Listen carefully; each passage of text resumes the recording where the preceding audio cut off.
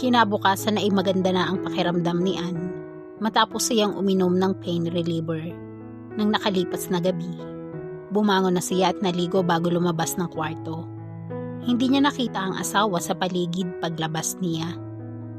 Baka natutulog pa ang loko. Mahinang usal niya.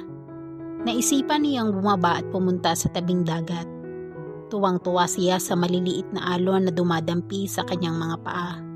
Maya-maya pa ay para na siyang bata na naglalaro sa buhanginan. Gumawa siya ng castle gaya ng nakikita niyang ginagawa ng dalawang bata di kalayuan sa kanya. Bigla siyang napangiti nang makita ang isang pares ng paa sa kanyang harapan. Nakangiting tumingala siya para lang magulat. Ang buong akala niya ay pag-aari ni Brian ang mga paang iyon. Ngunit nagkamali siya. Isang estranghero ang nasa harap niya ngayon. Nakayuko ito at matamis ang pagkakangiti sa kanya. Dahil mukha itong mabait ay ginantihan niya ito ng ngiti. Lalong lumawak ang ngiti nito at naupo sa tapat niya. "Hi," he said, still smiling at her. Para siyang teenager na kinikilig sa ngiti nito. "Hello," pa-cute na bati niya. "Kanina pa kita nakikita. Napansin ko na parang nag-iisa ka kaya kita nilapitan." Maaliwalas ng mukhang saad nito. Kung sa kagwapuhan ng pag-uusapan ay hindi ito pahuhuli kay Brian. Bigla niyang ipinilig ang ulo sa naisip. Bakit ba niya pinagkukumpara ang dalawang lalaki? "By the way, I'm Francis." Pakilala nito sa sarili. Sabay lahad ng kamay. "Ako naman si Anne," aniya at nakipag-handshake dito. Naramdaman niyang pinisil nito ng bahagya ang kanyang kamay. "So, are you really alone? Okay lang ba kung sasamahan kita?" Actually, kasama ko ang bigla siyang napahinto sa tangkang pagbibigkas ng salitang asawa. Kung sasabihan niyang may asawa na siya ay baka magbago ang isip ng kausap. Saka na lang niya siguro sasabihin, kasama ko ang kapatid ko kaya lang nagpapahinga pa siya." Sa halip ay saad niya. "Are you two also staying at Esquivel Hotel?" Tanong nito. Nakikigawa na rin sa ginagawa niyang castle. Yes. How about you?" "I'm also staying there." "Saang floor kayo? Baka magka-floor pala tayo." Hindi siya nakapagsalita kaagad. Kapag sinabi niyang sa penthouse sila nakatuloy ay magtataka ito. Alam ng lahat maging ang mga panauhin sa hotel na ang pamilya Esquivel lang ang pwedeng tumuloy roon. Bahala na, siguro naman ay hindi niya alam ang patakaran na iyon. "Sa penthouse kami tumutuloy." Saad niya saka pinag-cruise ang dalawang daliri sa kanyang likuran. Pero mukhang hindi siya pinakinggan dahil nakita niyang nanlaki ang mga mata nito. "Oh, so you are one of the Esquivels?" Manghang tanong nito. No." Hindi niya malaman kung ano ang sasabihin sa kausap. "No? But why are you occupying the penthouse then?" Takang tanong ni Francis. No doubt na alam nga nito ang policy na iyon. "Well, kasi iyong brother ko ay kaibigan sa mga Esquivel, kaya ayon ang pina-occupy sa amin." Pagsisinungaling niya. Tumango-tango ito. "I see. Anyway, can I invite you for a dinner, Anne?" "I'd love to." Kinikilig na saad niya. Alam niyang pagpapakita ng pagkagusto ang pag-invite nito sa kanya. Kaya lang ay iniisip niya ay si Brian. "But?" Saad nito nang mahimigan ang pag-aalangan niya. Baka kasi may plano si Brian. "Brian? Your brother or somebody else?" Bahagyang nagkalambong ang mukha nito. "He's my brother." Naiilang niyang isipin na kapatid niya ang binata. "I see, you can bring him if you want. I also want to meet him, you know." Nakangiting sabi nito. Naisip din niyang mas okay kung isasama niya si Brian para makilatis ang lalaking ito. Tutal ay magkasundo na sila, baka mahingan pa niya ito ng opinyon tungkol kay Francis. Nagkasundo silang magkikita sa labi ng 7:00 ng gabi. Tumayo na siya at nagpaalam sa kausap. Kailangan niyang ipaalam sa asawa ang plano niya. Papasok na siya sa hotel nang makita niya ito. Brian, tawag niya dito. Lumingon naman ito sa kanya at napangiti nang makilala siya. Hi there, good morning, bati nito. Napangiti siya dahil maganda ang mood nito. Dalangin niya ay huwag magalit ito sa sasabihin niya. Nag-breakfast ka na ba? Tanong niya. Hindi pa, let's go. Kaya nga kita hinahanap dahil nagugutom na ako. Sabay nilang tinuko ang restaurant ng hotel. Gaya ng dati, madami na namang in-order na pagkain si Anne para sa kanyang sarili. Nakasanayan na yata ni Brian ang ganoong appetite niya dahil baliwala na rito kahit anong orderin niya. Pero nandun pa rin ang amusement sa mukha nito. I have to tell you something. Maya-maya ay saad niya nang pareho na nilang natapos ang pagkain. What? Kulang pa yung nakain mo? Pagbibiro nito. Hindi yon, sobrang busog na ako at hindi ko nakakayanin ang isa pang order. Nakangiti ring tugon niya. Then, what is it? Do I need to feel scared? Patuloy na pagbibiro nito. I met a guy this morning, nakayokong umpisa niya. Pakiramdam niya ay may nagawa siyang kasalanan dito. Natahimik ito kaya itinaas ang paningin para makita ang reaksyon nito. Kinabahan siya dahil wala siyang makita na kahit anong emosyon sa mukha nito. So what about this guy? He invited me to have dinner with him. And you agreed, he said. It was a statement and not a question. This guy, did he know that you are with your husband? Seryosong tanong nito.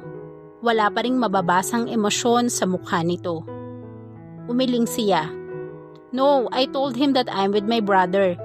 Napayukong sagot niya. What? Nanlalaki ang mga matang bulalas nito. Bakit ganun ang sinabi mo? Maang na tanong nito. Kasi hindi niya masabi-sabi ang dahilan. Kasi ano luwelaan? Seryosong tanong nito. Lalo tuloy siyang kinabahan. Dapat ba niyang sabihin dito na may crush siya sa binatang iyon? Kaya hindi niya sinabi na may asawa na siya? Kaya ako sinabi yun ay dahil hindi siya makaapuhap ng tamang salita. Bakit hindi mo makayang sabihin? Natatakot ka bang sabihin o ayaw mo lang talagang sabihin? Naiinis siya sa tono ng pananalita nito. Tiningnan niya ito sa mata bago nagsalita. Kaya ako sinabi yun ay dahil crush ko siya at nararamdaman kong may gusto din siya sa akin. Matapat na tugon niya. Kumunot ang noon niya nang bigla itong humagalpak ng tawa. What's so funny? You, natatawa pa rin sabi nito. How old are you, Luella? Naguguluhan siya sa biglang pag-iiba ng mood nito. 24. Bakit mo biglang naitanong? 24 at nagkaka-crush ka pa? Anito sa kamuling tumawa. Nainis naman siya sa inakto nito. Ano naman kung magka-crush pa ako sa ganitong edad ko? Asik niya. Kasi ang mga nagkaka-crush lang ay yung mga hindi pa nahahalikan. Ngayon naman ay nangaasar ang tono nito, lalo na nung namula ang magkabila niyang pisngi dahil sa sinabi nito. Ewan ko sa'yo. Padabog na tumayo siya at nilayasan ito. Nakasimangot na dire-diretso siyang lumabas ng hotel. Hinabol naman siya nito. Luella, wait! I'm just teasing you. Humihingal ito dahil tinakbo nito ang pagitan nila para masabayan ang paghakbang niya. Pwes, hindi nakakatuwa. Mataray na sagot niya. Okay, sorry na. Hindi ko sinasadyang galitin ka. Hingi nito ng paumanhin. Hindi pa rin niya ito pinansin. What do you want me to do para lang huwag ka nang magalit? Napangiti si Anne sa narinig. Hindi na siya mahihirapang kumbinsihin ito na isama sa dinner date nila ni Francis. Nasa tabing dagat na sila nang tumigil siya sa paglalakad at humarap sa asawa. Huminto rin ito sa paglakad at ngumiti na parang batang napagbigyan sa hiling. Kumabog ang dibdib niya sa ngiting iyon. Kahit ano gagawin mo para magkabati na tayo? Paniniguro niya. Of course, anything. Tumango-tango siya. Okay, sumama ka sa dinner date namin ni Francis. Oh no, not that one, Luella. Umiiling na tanggi nito. Sumimangot siya. Sabi mo kanina kahit ano. Kung ayaw mo bahala ka. Aniya sa kamuling lumakad palayo. Okay, fine. Sasama na ako. pagsuko nito. Napangiti siya sa narinig. Sa sobrang tuwa niya ay tumakbo siya palapit at nilundag ito sa bayakap. Yes, salamat. Masayang sabi niya saka lalo pang hinigpitan ng yakap dito. Naramdaman niyang yumakap din ito sa kanya. Medyo nagtagal sila sa ganoong posisyon. They both liked the feeling being in each other's arms. Halos sabay pa silang nagbitaw nang may marinig na grupo ng kabataang nagkakatuwa ang malapit sa kanila. Narinig niyang nag-alis ng bara sa lalamunan ng asawa bago nagsalita. So, what time will Francis gonna pick you up? Tanong nito habang naglalakad na sila pabalik ng hotel. 7 p.m. sa lobby. Mahinang sagot niya. Hindi niya maipaliwanag kung bakit nakaramdam siya ng sobrang saya kapag kasama niya si Brian. Kailangan mo na palang mag-ayos para sa pagkikita niyo ng crush mo. Nang iinis na naman na saad nito. Tiningnan niya ito ng pagbabanta sa mga mata. Isa pa at lilipad ka na pabalik ng hotel. Wow, that's brutal. Natatawang tugon nito. Ilang sandali pa ay naghahabulan na sila habang nagtatawanan. Kaya nga ganyan ang itsura mo dahil sa kanya, hindi ba? Untag ni Brian. Aminado itong natulala ito nang makita ang itsura ni Luella nang lumabas siya sa kanyang silid. Nasa loob na sila ng elevator ng mga sandaling iyon pababa sa lobby upang makipagkita kay Francis. Biglang na-conscious si Anne dahil sa sinabi ng asawa. Pinagbasdan niya ang kanyang refleksyon mula sa makintab na pinto ng lift. Bakit? Hindi ba maganda ang suot ko? Hindi ba bagay sa akin? Si Mama ang namili nito. Aniya. Nakayuko siya at tinitingnan ang kanyang damit kaya hindi niya nakita kung paano lumambot ang mukha ng lalaki dahil sa pagkakabanggit niya sa salitang mama. Of course not. You're beautiful in that dress. Malambing na saad nito habang nakatitig sa kanya. Nilent black dress ang kanyang suot at dahil halter style iyon ay litaw ang halos kalahati ng likod niya. Noong una ay nag-aalangan siyang isuot dahil masyado iyong daring. Pero nang maalala kung paano magdamit ang mga babaeng nakita niya noong gabing namasyal sila, ay nagkaroon siya ng lakas ng loob na suotin ang damit. Nang tumingala siya ay nakita niyang masuyong nakatingin ito sa kanya. Namumulang nag-iwas siya ng tingin at napako ang kanyang pansin sa imahe nila sa nakasaradong pinto ng elevator. Dahil tila salamin iyon sa kintab ay kitang-kita niya ang itsura ni Brian. Humanga siya dahil kahit ano ang isuot nito ay bagay dito. Gaya na lang ang ng mga sandaling iyon, jeans at t-shirt na tinarnuhan ng black leather jacket ang get-up nito at sneakers naman sa paa. Hindi na siya nagtaka ng pagbukas ng elevator at may pumasok na dalawang babae halos lantaran ng pagpapakita ng mga itong paghanga sa kanyang asawa. Nagtataka si Anne sa sarili kung bakit parang gusto niyang sabunutan ang dalawang babae. Nang muling may sumakay sa elevator at sinadya niyang dumikit dito para makita ng mga hitad na kasama siya ng lalaki. Ilang saglit pa ay bumukas muli ang pinto ng lift. May sumakay na 4 na hotel guests at bahagya siyang naitulak ng isa kaya bumangga siya kay Brian. Kaagad namang pumulupot ang isang braso nito sa kanyang baywang para alalayan siya. Kahit high heels ang suot niyang sapatos ay matangkad pa rin ito sa kanya. Kaya naman pakiramdam niya ay secured na secured siya sa mga bisig nito. Nang ibaling niya ang paningin sa dalawang babaeng nagnanasa sa asawa, ay nakita niyang nakataas ang kilay ng mga ito habang nakatingin sa kanila. Nang iinis nang nginitian niya ang dalawa at lalong lumapit sa katabi. Hindi niya napansin ang pagngiti nito dahil sa inakto niya. Paglabas nila ng elevator, ay nakita na niya kaagad si Francis. Hindi pa rin ito inaalis ang braso sa kanyang baywang. Hindi naman niya inisip na alisin iyon dahil gusto niya ang pakiramdam. Ayun siya, turo sa lalaking naghihintay sa kanila.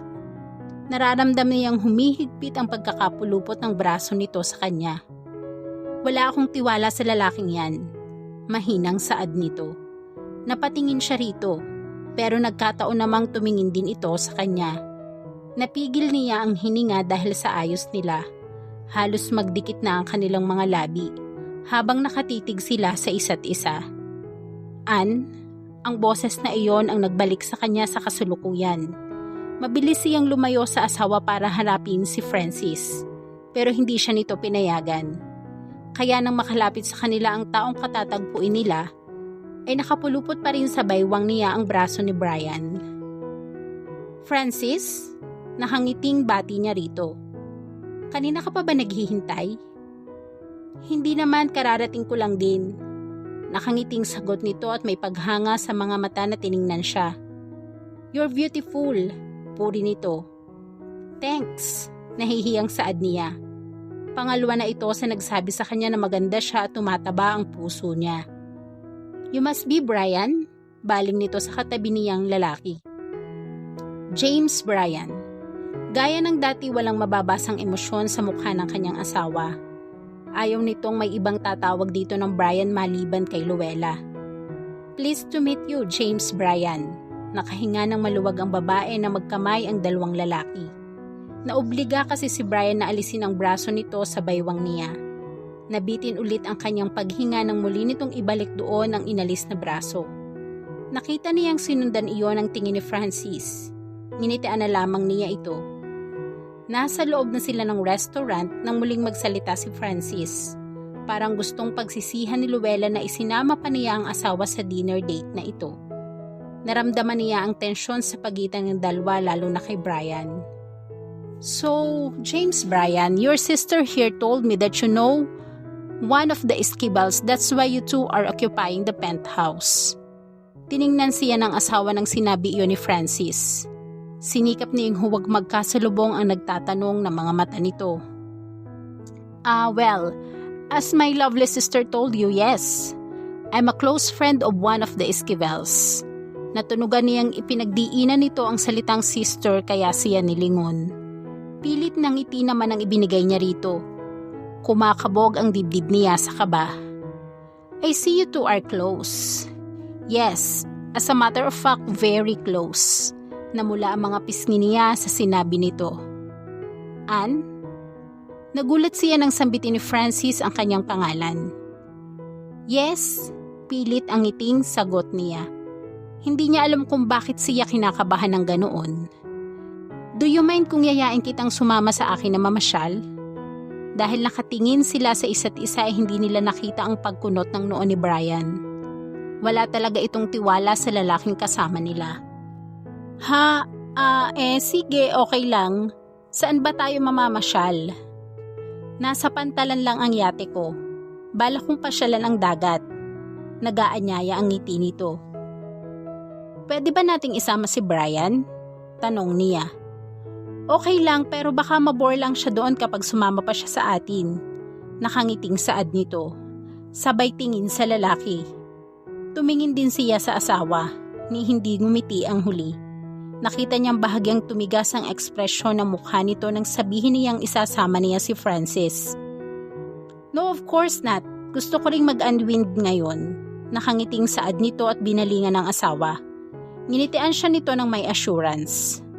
Let's go then, saad ni Francis bago tinawag ang waiter upang bayaran ang kanilang bill subalit tumanggi ang huli. Bakit hindi kami kailangang magbayad? Takang tanong nito. Magpapaliwanag na sana ang waiter nang unahan ito ni Brian. Kasama kasi sa inutos ng mga Esquivel na huwag kaming singilin sa lahat.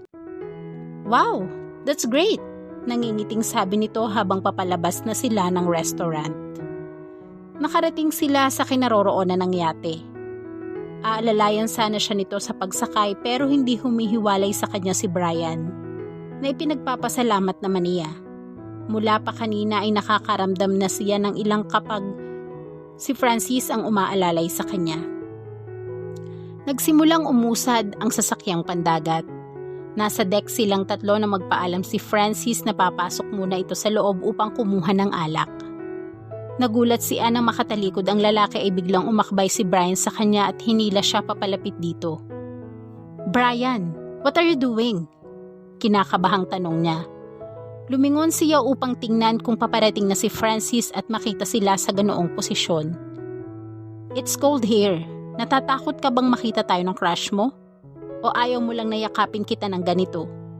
Bulong nito at humarap sa kanya sa katuluyan siyang niyakap. No, At tama ka, maginaw nga dito. Aniya saka inilagay ang mukha sa pagitan ng balikat at leeg nito. Kaya lang baka magtaka si Francis kapag nakita tayong ganito. Then tell him we're very close siblings and we like to hug each other like this. Tugon nito saka hinigpitan ang yakap sa kanya habang dinadampian ng halik ang tuktok ng ulo niya. God, she really liked the feeling. Parang ayaw na niyang matapos ang mga sandaling iyon. Kung kaya lang niya pahintuin ang oras ay gagawin niya. Hindi man niya aminin sa sarili ay mahal niya ang asawa, kahit na hindi sila magkasundo nung una. Nalaman niyang may malambot itong puso. Patunay na lamang ang hindi nito pagsasalita ay alam niyang pinoprotektahan siya nito. Pakiramdam niya ay ligtas siya sa piling nito.